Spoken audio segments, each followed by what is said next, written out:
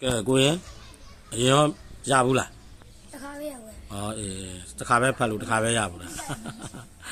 စာတိတ်မဖတ်ဖြစ်ဘူးပေါ့အလုပ်တွေရှုပ်လို့ဟုတ်ပြီကဲသူများတွေမေးတာမြင်တယ်နော်ဟုတ်ပြီကဲအဲ့တော့ကဲဘယ်နှစ်ချိန်ငားခဲ့တော့၅ချိန်ပဲ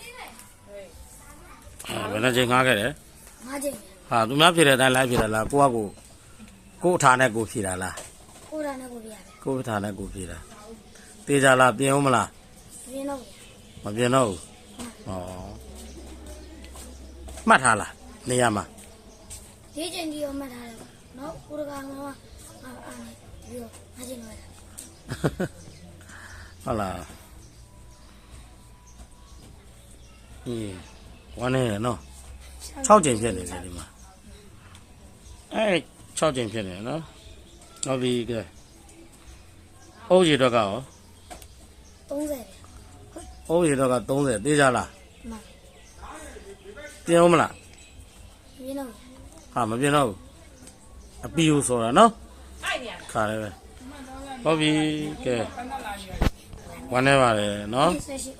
20နဲ့မှ8ဟုတ်ပဲရှိတယ်နော်ဟုတ်ပြီဖုံဖုံကြိုက်တော့နေမယ်မီးလာပြီနော်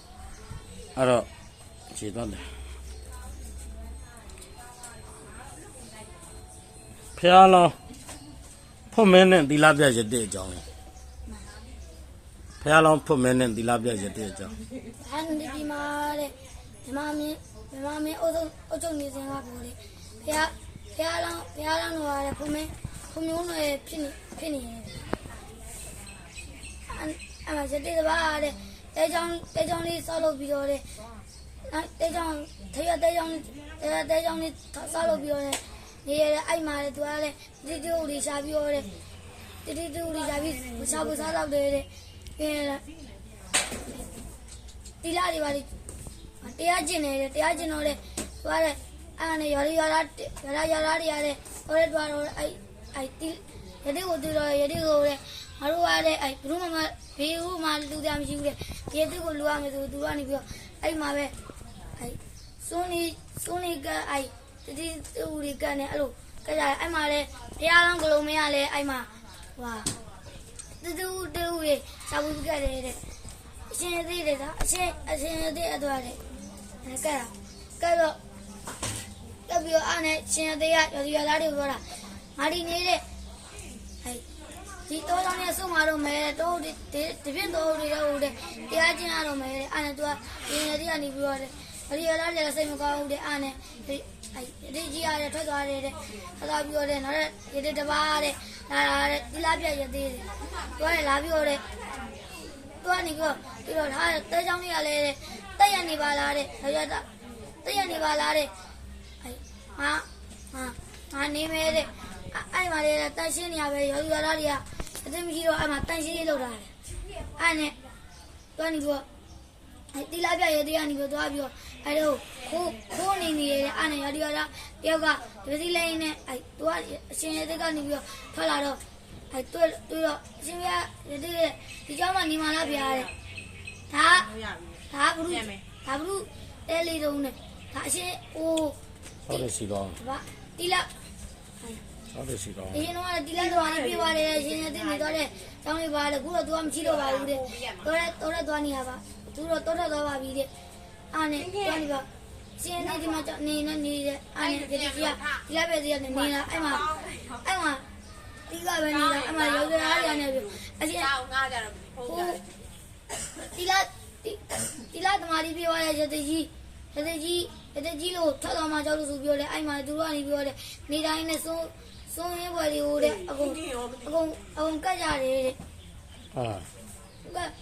အဲ့မှာလေအဲ့ရတဲ့ကြီးကလည်းအဲ့မှာလေအိတ်လိုက်စားလိုက်တောင်းနေတယ်တီလာလည်းမသိဘူးလေပြောတယ်လူတွေရရင်တီလာချင်းအောင်ဆောင်ပြောတယ်တိမအောင်ပါတယ်အသားလေးမေးနေတယ်တဲ့ပြီးတော့တနေ့မှာတော့တနေ့မှာရော်ဒီရသားတွေရတယ်ဒါဒီဥဒ္ဓဝါဖောက်ပြန်ပြီးတော့တဲ့မိုးလာပြန်ဒီနေရာဒီမှာမိုးရတယ်အားကြနဲ့ဖို့တရားနေကိုထွက်လာအဲ့ဒါဖို့တရားကိုလည်းရော်ဒီရသားတွေကရိုက်ပြီးတော့တဲ့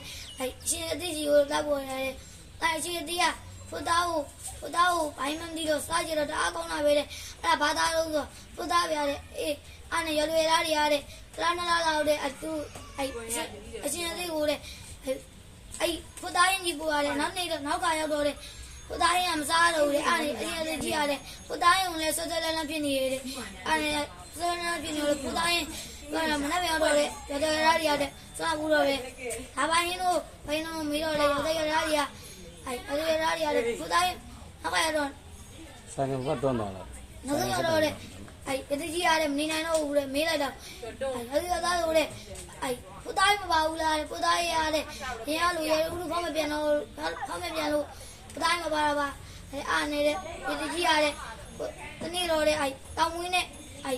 ဟိုထွက်လိုက်တာအားနဲ့ပြားတော့ဘူးမရနေပြီးတော့တောင်ပူထဲမှာနေတာသူတို့တဲသားလေးမှာတောင်ပူရှိတယ်အဲ့တောင်ပူထဲကိုနေတာအဲ့တောင်ပူထဲကနေပူကြီးရတယ်ထွက်လာတာအားနဲ့တီလာရှိတရားသမားလေးရှိတဲ့ရသေးတယ်မျိုးတဲ့ဦးညွတ်ပြီးဦးချလိုက်တယ်အားနဲ့ရသေးချက်တွေ့တယ်ဟာဖူကြီးဖူကောင်ကြီးပါလားလေဘုံကြီးငါ့ကိုတီလာတရားသမားကြီးပြေးသွားတယ်ဆိုပြီးတော့ငါဦးရလာချနေပါလားတဲ့အားနဲ့ရသေးကြီးရတဲ့ကြံရပြီးတော့တဲ့နတ်ပြန်ရောက်တော့တဲ့တော့ကိုနောက်မှဖွက်ပြီးတော့တဲ့ရှင်သေးကြီးကိုဖုတ်တောင်းမနာလာပြီးတော့ဘာနေကိုဂျိုင်းမလို့နားမတောင်းတော့ကိုဖွက်လာတယ်အားနဲ့ရှင်ပြားလောင်းဖို့မရနေပြီးတော့တဲ့အနာလေးကရော့ခင်အရင်တော့သူ့ကိုခဲလိုက်တာအားနဲ့နောက်မှတော့ကြီးပါလားတဲ့အားနဲ့အရှင်ပြားလောင်းဖို့မရနေပြီးတော့တွေးရငါ့ကိုတဲ့အနေပြုမဲ့ပုံမဲတဲ့အချင်းနာကသူ့ရဲ့အနီနာကိုကတ်လို့မရဘူးတဲ့အားနဲ့သူကမကတ်သွားဘူးမကတ်ပြီးတရားကြီးတော့ဖူကြီးကနေဘဝကြီးကနေဒီကနေပြောဖူကြီးဖုန်းကြီးကလာဟာနေအားနဲ့ဖုန်းကြီးကလည်းဆဲရပြောင်းသွားတယ်တဲ့အားနဲ့ဒီလိုက်ပဲရသေးအားဒီလိုက်ပဲရကြီးတကားတဲ့ဖုန်းကြီးကိုဒီဘက်ပြောတဲ့ငါဒီပြောဖုန်းကြီးကို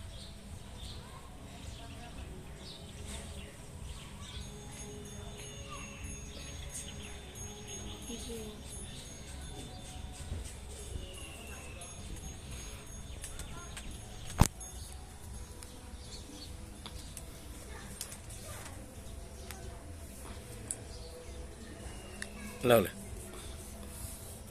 ဟုတ်တို့ချုပ်ပြောလိုက် အဆုံးတက်လာလေးမှာမင်းလောက်ဖုတ်ကောင်ကြီးဘာလို့တော့တတ်ထားလား ဖုတ်ကောင်ကြီးကိုတက်တာမဟုတ်ဘူးဖုတ်ကောင်ကြီးကြောက်တဲ့ကိုပေါ့ဖုတ်ကောင်ကြီးတောင်ပူလေးပြန်ဝင်သွားတယ်ပြန်ဝင်သွားတော့ဒီလိုက်ပြရဲ့တည်းကဘာလို့လာမှမသိအဲ့သူကသိသွားတယ်အေးဟုတ်ပြီနော်ဟုတ်ပြီအဆင်ပြေတယ်နော်အားတယ်ဘိုးတို့လင်များရှိရဲတဲ့သူတို့ကတောင်းတမတိုးကောက်ဦးတဲ့အဲ့နဲ့စိတ်ပြက်နေကြတယ်တဲ့အဲ့နဲ့ဘိုးကနေပြီးတော့တဲ့တော့တဲ့ဟိုလေဝါခုတ်သွားတယ်အဲ့နဲ့တဲ့တော့တဲ့မှာတဲ့ဝင်းလက်နေရဲဝါဆောင်တူတော့သူကခုတ်ကြရတာအဲ့ထဲမှာတဲ့သမီးတရားတွေ့တယ်အဲ့နဲ့သူကနေပြီးတော့တဲ့မန္တာအားရနေတဲ့အင်ယူလာပြီးတော့တဲ့သူတို့ကပြောနေသူတို့ဘိုးလင်များပြောနေကြဆိုရှင်နေကြတယ်တဲ့သူတို့ကအဲ့ဒီသမီးလေးကလည်းရွှေအဲ့လိုကိုမီးတွေတက်တောင်နေသူတို့ကတိတ်လုံးလင်းသွားတာတဲ့သူတို့ပြီးတော့တဲ့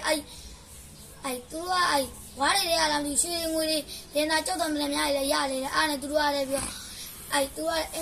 လည်းဆင်းရဲတယ်အားနဲ့သူကနန်းတော်လောက်ခမ်းမတဲ့အိမ်ဆောက်ပြီးတော့တဲ့ဟာရတာတဲ့သူဝိရလာရရတာတော့တအားချုံမောလာပါတယ်တဲ့ပြီးတော့ဆက်သူတို့ရဲ့နန်းတော်လိုအိမ်ကြီးရတဲ့သူကလည်းညဆိုရင်နဲ့လာကိုထွက်ကြည့်ရဲအကြောင်းရင်းနဲ့အိမ်လုံးကိုလင်းနေရတဲ့အားကြောင့်နဲ့လာလို့ပဲလင်းနေရတဲ့အားနေတဲ့သူ့ရဲ့မင်းကြီးမင်းသားတွေရတဲ့မင်းလေးမင်းသားတွေရတဲ့လူချင်းလုံးနဲ့သူတို့အိမ်ထဲကိုလည်းဝင်လာမစက်တဲ့ပေါ်တဲ့မစက်တဲ့အဲ့ဒါပဲတဲ့ဝိရောလာတဲ့တရားမစိတ်ဝင်စားဘူးတဲ့ဝိရောတရားမစိတ်ဝင်စားဘူးတဲ့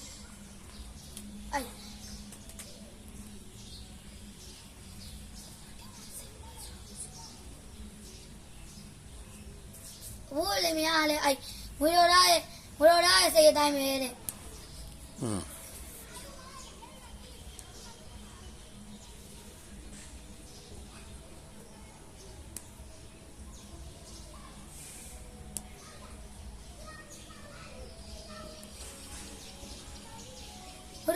ဝေရော်တဲ့သူ့တရင်အားတဲ့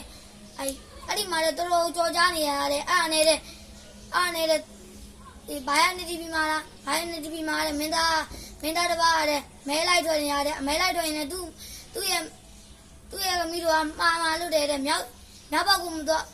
ဘက်ကမသွားပါနဲ့တဲ့ဘာဖြစ်လို့လုံးဆိုတော့ငွေတော်သားသိန်းရတယ်အဲ့မှာတဲ့ကြော်သားမှာကြော်သားမှာမလို့တဲ့ပြီးသူတို့အဲ့ငွေတော်သားနဲ့ရတော့သူတို့ထားခဲ့မှာမလို့တဲ့အဲ့မို့သူခမဲတော့အဲ့လိုမှားတယ်တဲ့အဲ့နေတဲ့အဲ့ဒီမင်းသားကတနေ့တော့စဉ်းစားမိရဲ့ငါအဲ့ဒီကိုအဲ့နေတဲ့သူကတဲ့ငါအဲ့ဒီကိုမဲတော့ဘာလို့မသွားခိုင်းပါလဲလေအဲ့နေသူတွားကြည့်မှာပဲတဲ့အဲ့နေမဲတော်ကိုလည်းမဲတော်ကလည်းမဲတော်ကိုလည်းအဲ့မရရအောင်မေးပြီးတော့ဒါခွင့်ပြုလိုက်တယ်အဲ့နေအဲ့မဲတော်ကနေပြီးတော့အဲ့တားမရလေသွားတော့ခွင့်ပြုပါတယ်အဲ့နေသွားတာတော့လမ်းမှာအဲ့ဒီသူတို့ကသူ3ယောက်ကြီးတာ5ယောက်ကြီးတာသူတို့ကအဲ့ဟိုလိုအဲ့မှာလမ်းမှာ9ယောက်တွေ့တာသူကစောင်းရဲ့ဟာရေဦးစကြရဲ့တဲ့အဲ့စောင်းဟိုလိုထိုင်လိုက်ရင်သွားကျင်တဲ့နေရာလိုက်ပို့တဲ့ဟာရဲ့တဲ့ပြီးတော့လွယ်ကတဲ့လူကျင်တာတောင်းလို့ရတယ်ပြီးတော့ရေဦးစကြရဲ့ဒီအဲ့ဟိုဟာရဲ့ထိုင်လိုက်သွားကျင်တဲ့နေပို့ရဲ့နေရာရဲ့လွယ်ရဲ့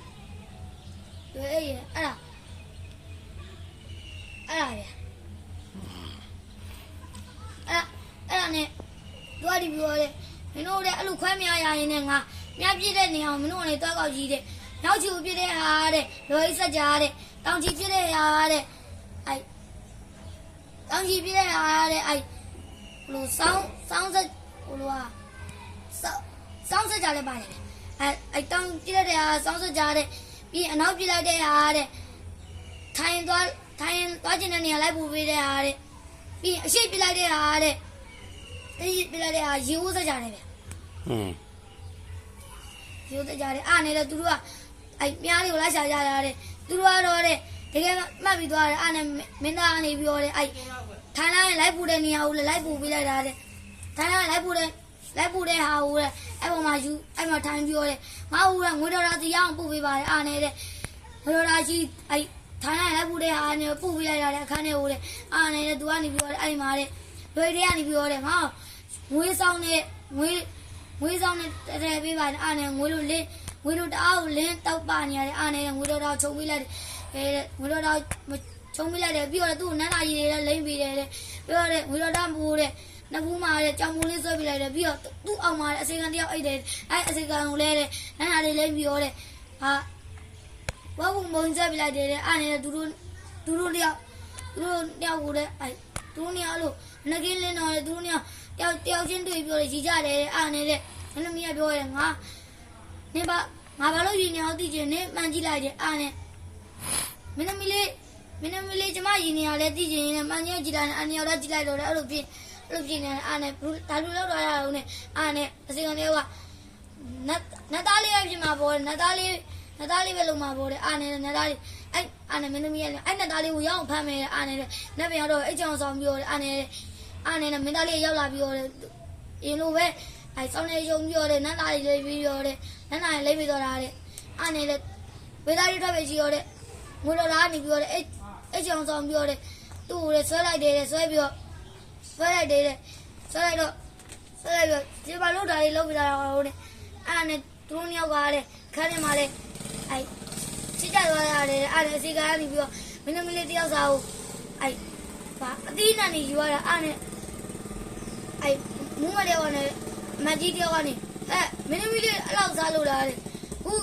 ဒီကပူစားနေပြီတဲ့အဲ့နေတဲ့သူတို့ယောက်အဲ့လိုပဲချစ်ကြသွားတာအားဦးတဲ့လုံးပြီးပြီးတော့လေဘေးကတိုင်းနာလေဘေးညာကြီးတော့လေသူတို့ဘောသူလက်ထပ်ပြလိုက်တယ်ကွယ် ဒါပဲပေါ့ဟုတ်ကဲ့နော်ကျေးဇူးပါ